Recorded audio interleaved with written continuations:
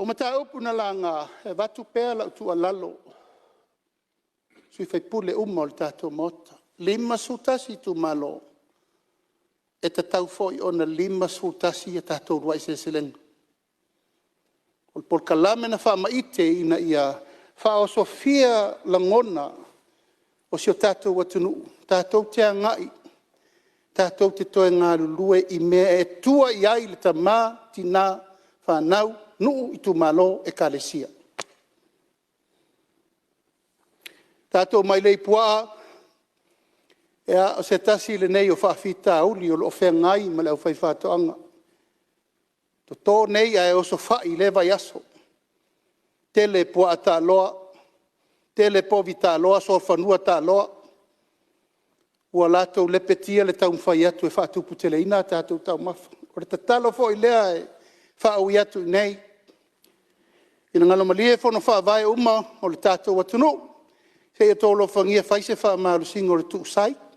Ma tuu pā o tātou me whanga. Wae uma ne lava e maa i maule taimi e watu waitia pula. Lelo loma nei le lima se lau wafe tia pula ntanga luenga e tufa se taimi le masina fau. A o fai tau fila i titi. A wae mai maule taimi. Mai maule taimi pe a lato le tātou le ngā lulu e whātasi. E whawhol me tā upure nei o le. Na matia. Le ala le ala ua fionga o le uwha solo le tau mwhai ngā ntanga luenga i tātou mai lei pua. Tasi lea sosoani o manatu o i e mawailito manga mo tātou. Bawa mai so soani mai se tasi o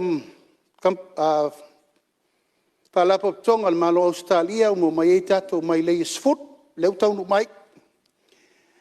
Ma le si se fulu o so soani le FAO.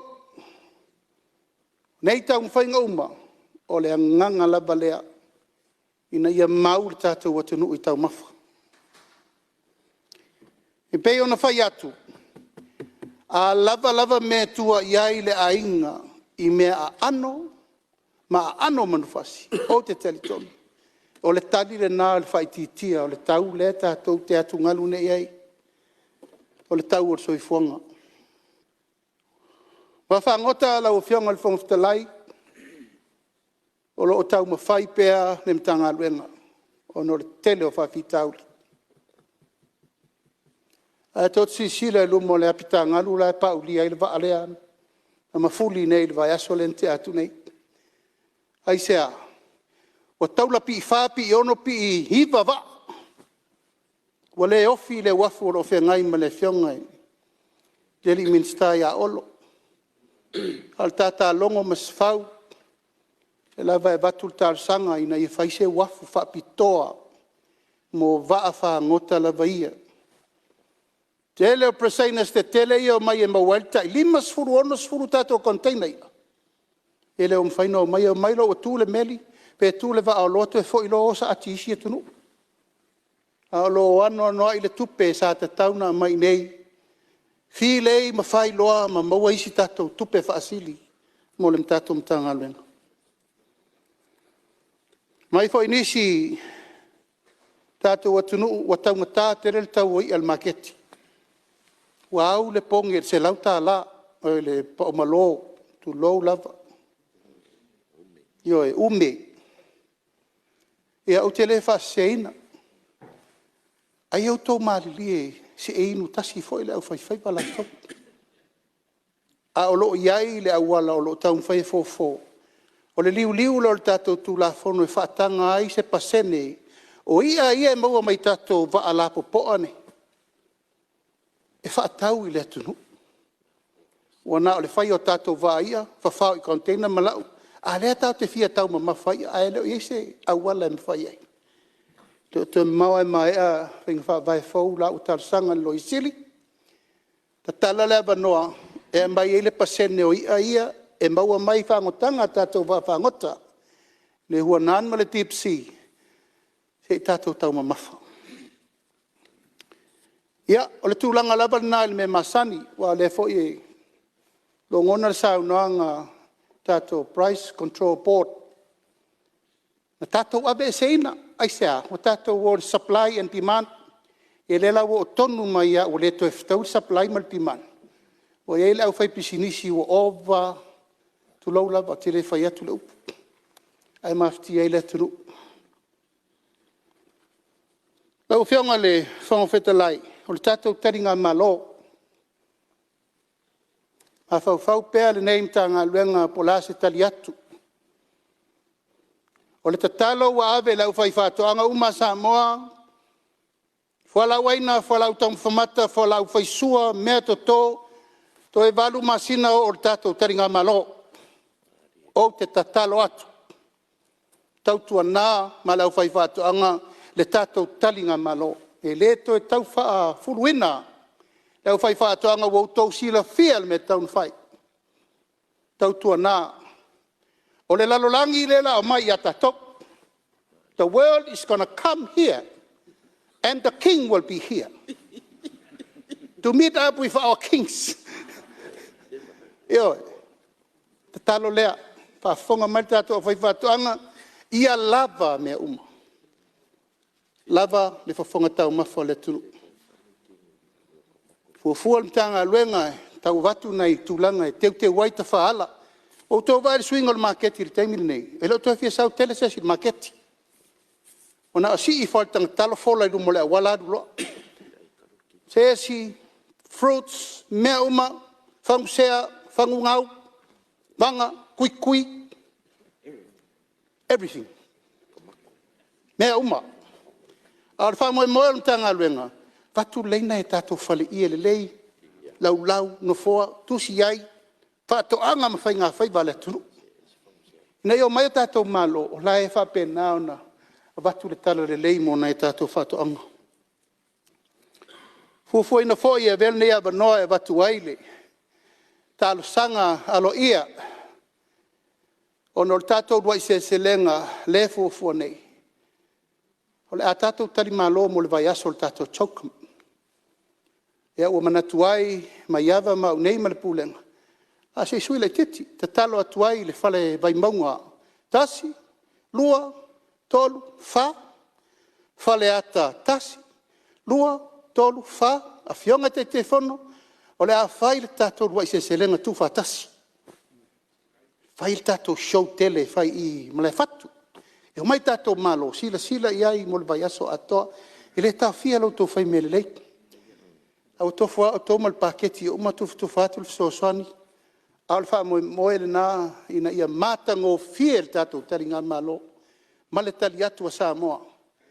Sila le lalolangi o le tātou solution lea. I le inflation lea e. Tau whamele au I le ropo lan me whai. Au le tātou lea tali atu mo le nā wha moe. Ia, manatu lau a whionga pa uia vaenga sa la ngā se va ngai menen sa no e le fionga le teitai le tua ngai o le chemical lea e fa asuai ia mea vi fafo. Ua longo ina ua ntanga luenga tau nu mai nei le surusu fa al masina neo fepuali e al tūlanga o le vai lea e tonga fiti atu wai le tātou quarantine. Mo le sirifia lo ia le tātou Ota lau whionga le whangawhitalai, wa suia nei le ngoa o tātou quarantine I le biosecurity Samoa. Ma o loo iai tūlanga ma whaamaumaunga ina ia lifi le level o umar taimi o le tātou tala noa I quarantine o leo tātou tala noa I mea tau biosecurity. En whai ai o na malu puipuia mea ia tala whiunga ma le whionga I le. Tau noanga le whionga le teitai o le tuangai. Lau whionga le whangawhitalai a le e whai wina se upo le nei tū malo. Lau whionga le whangawhitalai. Ia, malie lau whionga le minsta, Faatoaga Faigafaiva. Se tulai mai le lau whionga le sui te tai. Malo a whawhitai. Ua te le hawa enga ua o iai le saudoanga le whionga le minsta. E mana ia fo ia le whanongolong. Ia lau le hanga I uang te leo nā mau ngau sa. E mga tasian sa apula sa obsidiana si fia mai. Tato mai lei foi po ai vau. Ia wala no winga se fulu, ma se fulu. Faasolo tātou Polokalame e lau asau no manino. Tāua ma le au ngā tātou mai leia. Le Fesili lau fionga. Ia walo na uinga le la tele nei tātou pa ai vau e mo. La se fufuanga, se me whao ngā e po ai vau ni. Ia wale foi la a mai. Wala ngai e pa u mai tono le li o le a mo meo ati na e faatinoaga. E wa no uinga, o la mo po ai vau le la mo. Ia se si mea wai le whapela a mai. Ia ronga la le rope la foa i se bea pe o le almea la whai ai. Ia pe ore wai tele iau mafofoga mai kia. Ia ai kia le leie si i mai se faukuanga le fifafoga le kakua ngai luma na foi a tinae. Ia, alo, aftai no fionga le fongfitala. Fasau ino le taimi ra fionga minsta. Ia, malie lau fionga minsta se tu atura no le sui fala time some town le foi sa sa no lau fionga minsta. Tula ia tu e momoli le anga faftai tele le fionga minsta. Le o ua la fuafuale ulo ai se lenga nei tu malo. Ai ole a sila le fionga minsta ide. Ile malo se le tu malo nei tu faatoaga. Al Fesili le tau vatulanga le sau no minsta. O tato export authority. Le anga le o matua o alo tu malo e Faifaatoaga. A le o mai tau atu te mine. O pe o tau poloka le makete ave faf. Le foi la o vai te mine o faisi tele o le talo le o fa tau le makete ma au ta fa le awala. Ai pe o si vai ngata una e va tu se fa Fesili mo se fa mamna manga le fionga minsta. Ia, te tu le mera fionga minsta ngalong te. Ia.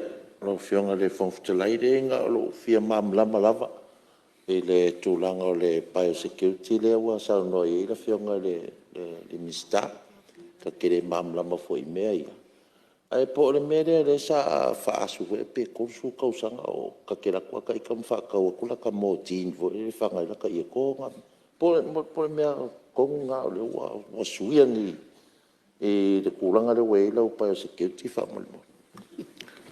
Ia, se tu le mai lau fionga le minsta. E la matatu i tatu. Ia, o tele mana o e tau le pua malafo. E lo puno o whai al mene o whai le awala. Olo, na mo tin mai a lua sutau sangataru. E la mo tin. Ia, a le ua whai tatou whainga fau. Ono lo fina ngalo e awane i matou toi ei lungo le wafo. Le tau fiofi i matou watina e. Wa fina ngalo e vese uma mato me faasu mo nga umu e sungu mai me foi. Au te talo sanga atu lau fionga. Se e lo fangia. E mana o mia le mato service i le wafu. Awa uma containers ma me fa le tonu leo mai o meli mo le uma. Fa pena atu talo. Au lau sau nonga. Sa o lau sau nonga. Au tere mana o e tue. Tau le pua malafo o le ua faile a wala fau ma le lei. Fala time sam tau. Au e te popole. Pau o le fese inga wa tusi mai ele a tola tusi. Ana e sa no mai o le aso le wa fat. E te le sa no ile tai tu malo. I metau faatoaga ma le export because that was my life.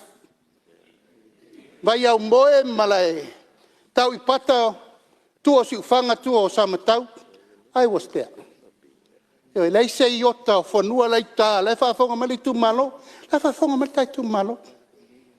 Vai au moe a toa e sau e tau le maunga mutu na whai el tua oi ma wharse la. E lei eise mea no le savali. O te mala le lei tātou I tu malo, se tasi o I tu malo, na te le sao, e o me le so. E o te pole. O le tātou export authority. Ti te au ma. Lewa e vai le teiminein, hau mai whainga malo. Na le lima e pe ono container. O le teimine, ua lua sfun mon tupu container, o le la ufafo.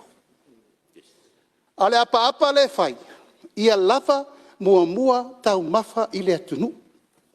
Service mua tātou I nei, our food service and our food security is our priority. O le tani na o le mele tau te whai mei nei. La o mai konkenga whalau maka, la o mai konkenga leisa, la o mai konkenga mo o leha. O le whawhanga ia lava tātou moa. Lua sol mon tupu afe, tamai moa wa umana watu. Tere mele mana o e tau tala nei te ua tō whapea o te sauma vivi I ngā luenga nita ngā luenga. Lai whawhonga mai lau whai moa, Ele iai ni tamai moa whaapea, sa whai mua. Lau whaatur fit mio, wani. La lava una ia tu lava. Ma ia tu lava, tai sfuru mon tupu wafi. Moa lau o, toi titi atau mamafa mo nei. Alua tu e maritanga me ai e watu fua. Ai na ole lua ta lai le moa. E sau te sisile la iai. Ale mele nei ole tatou fua whaele langa. Le tau fia. Ananafi, na matu talanoa foi, ma isi au exporters for my Christchurch, that door is open. Sau o te sainia lau export permit ma ave al talo. Pau lava le melena una o teimine ia lava. O le teimine nei, ele o lava mo tato export market. O le upu tau tino le na. Al tato export authority, lau ta pena. O se mea na amata i naele i wha uma, leu wha uma. O le winga na al tato ngā luenga, au mai ma abatu ma whatu langa. Lau, fionga suita i ta, ia ue te pole. Se longa se tu malo e fale tonu ma fa. Ona maua mai le se furu po al mai le ia e tia. Ya me sa molia na le tu malo. Na e mala mala mai tu malo sat pa tia. Pe si tu malo ta ma fa po ala ia nei mai le po. Ele ave al mtanga luenga. O lo wai se fulu mo mo na mo el ta ngai sa le longa. Na ave ta ma fa ena. Na se se le to ta pa le malo. Fai ai mo ai le se furu pua por se furu povi me anali tu malo e le fa pe to e tau fai atu le tu nu al vai ngala tato mai le pua o le wa mai to tusi wo vai le babel tusi no tu fai atu mai to tusi o le luas furu le balea e patino in mtanga luenga e fa solo uma o vai le fa peta tasi peta fa lu e ta fa solo ato e ta milo le cycle le tango mene wa umatu nei to fa solo se ia o lava ina matua pe ai lalo le tulango poata loa e malangolango i tu malo i tu langa ole ta loa tato me fanga ai fa tai mo la tau a mai il tu lango tal sanga i mai le po ia ole al meo si Isa rolo funga, na lo kaulo kumalo e ka uma fia, le o taulo tu malo. Io lo fia. Le o ke ku fai longa lo fia. Lo fia. Ja. Raftai le funga le minsta. E sa le ya o tu malo le ta tau ai le. E lua e mai le tau. E sa o le o ta fiu ai po. O fiu e te atu le telo po ai ba e la umai. Io fia le tu malo. Ile tulanga na o iai o la tar sanga la le fionga le mista ta mai le lua le na vat tau sa paitea la wo fai ta hoi pe na mo le si luos fruto sanga o to mai o le o iai mai le fo i wa mai e o tar sanga le la fionga raftai ja la fionga le mista ja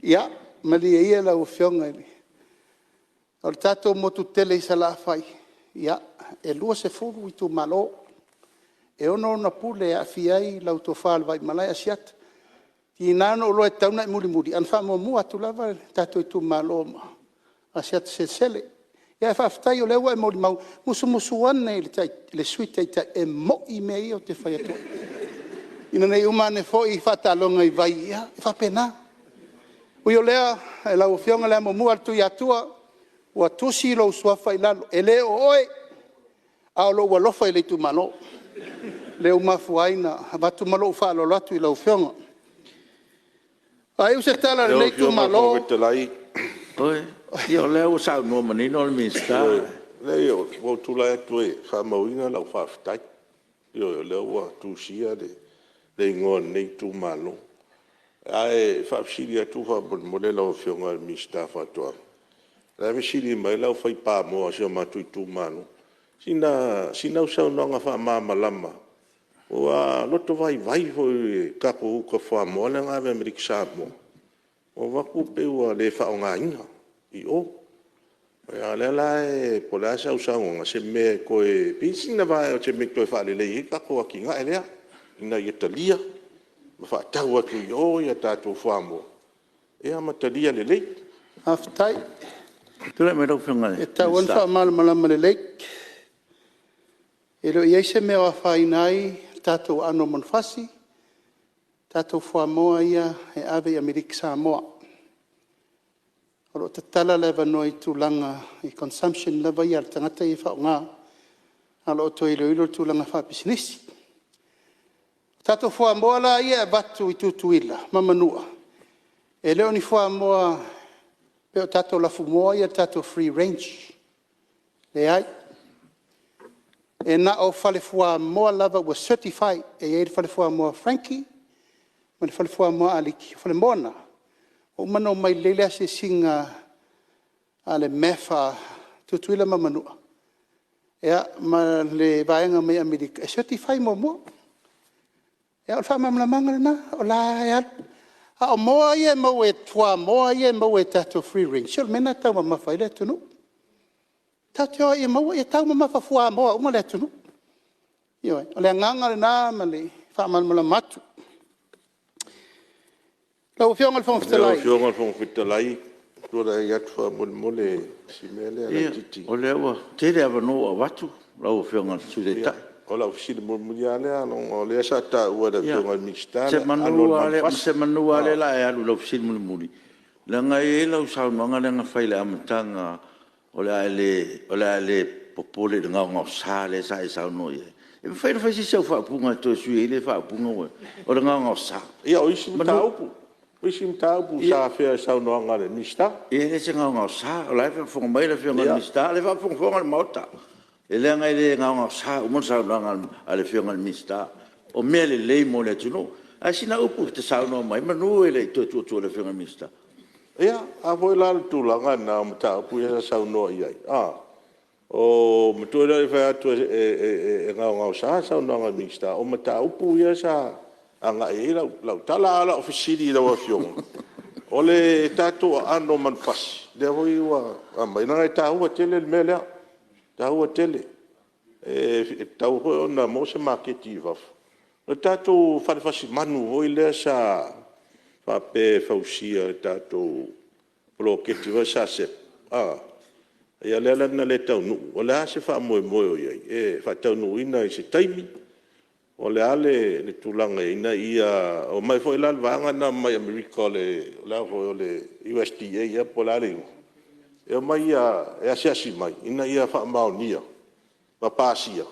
Ia na tala hono na maketi. E sili na lau fio. Tula mai lau fionga le, nesta. Tai lava lau fionga e ia le whalele i foi le mai tau. O le saunoanga foi al minister le malu ai dia. E le ngau sasa upu po sa tala. Ala fo ile se fa i o tela upu le saunonga fo ile fa ina le lao te mana o ave sem fa mo ngal mota. Ale fo mata na pepese mai ai ila to tu lo lava. E fa to ila lo inai ma fa ta vai nai le tato parlamenti. O le tulanga ia no man fasi pe no fa atu. La ave fa fo. Ia se me tasi o tawhia, pato a foi mai nei, na fionga tia kona to ina, ia se ua mori. Ia, ma le fionga tia kona to ina, ma o fontia mau. No, ma ave faspovi fai ele oso, mol maftanga to ina le vakasa. Ia, makanana fau. Ele o ni mela e o fatau. A o me ave ai le saumolia. A tatou tangata, ave i o tatou uso lai o maftanga ale kalesia pe o le ala le o lo fai atu o lo o manino ma malama uma tulanga le na a voi le simele na sa no mai ya aftai wa e malama a tulanga uma ma le fa mo ya a wala vane yai se manatu e oti tua ya uma ir pa le mene uma ai o foi to te o la lafi tu o fake pages ma tele ma istala